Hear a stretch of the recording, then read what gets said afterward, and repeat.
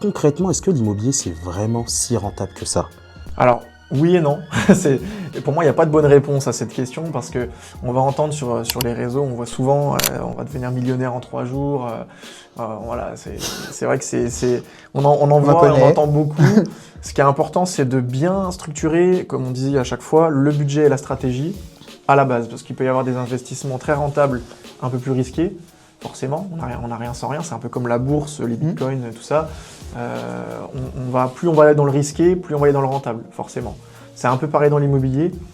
Si on va sur un très bel appartement en plein cœur de Lyon ou dans les grandes villes, voilà, on va forcément être moins rentable, mais ça va être beaucoup moins risqué. Alors que si on va sur des petites communes, des choses un peu plus risquées, du Airbnb, de la courte durée ou ce genre de choses, on va être plus rentable, mais il y aura potentiellement des risques. Donc il faudra mesurer ces risques, bien les énoncer au client pour qu'il soit conscient dans quoi il met les pieds. Et après, en fonction du profil risque du client, on va pouvoir l'accompagner sur quelque chose de rentable, moins rentable, plus risqué, moins risqué.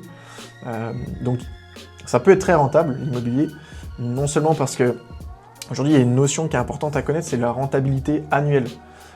Aujourd'hui, quand on investit dans, par exemple, des actions, on va avoir une rentabilité, on va dire, voilà, j'ai gagné 15% sur mon investissement, mais ça va être one shot sur l'investissement qu'on a fait. Alors que là, la rentabilité dans l'immobilier, c'est une rentabilité annuelle. Donc si on investit 100 000 euros, par exemple, et qu'on a 4% de rentabilité, on va avoir 4% de rentabilité chaque année sur les 100 000 euros investis. Chaque année. Donc en fait, on est quand même beaucoup plus rentable que sur des projets un peu one shot où on achète, on revend une action. Si on le fait très souvent et que voilà, on arrive à bien mener sa barque, ça va être plus rentable. Mais globalement, l'immobilier, on le fait sans rien faire puisque c'est le locataire qui rembourse en plus le crédit.